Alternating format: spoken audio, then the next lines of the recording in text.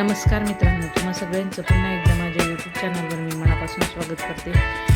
आजच्या व्हिडिओमध्ये आपण इयत्ता 8वीचा विषय सामान्य विज्ञानचा द्वितीय घटक चाचणीचा पेपर पाहतोय मित्रांनो। या व्हिडिओमध्ये मी सगळ्या प्रश्नांची उत्तरे दिलेली आहेत, तरी व्हिडिओ काळजीपूर्वक बघा, शेवटपर्यंत बघा।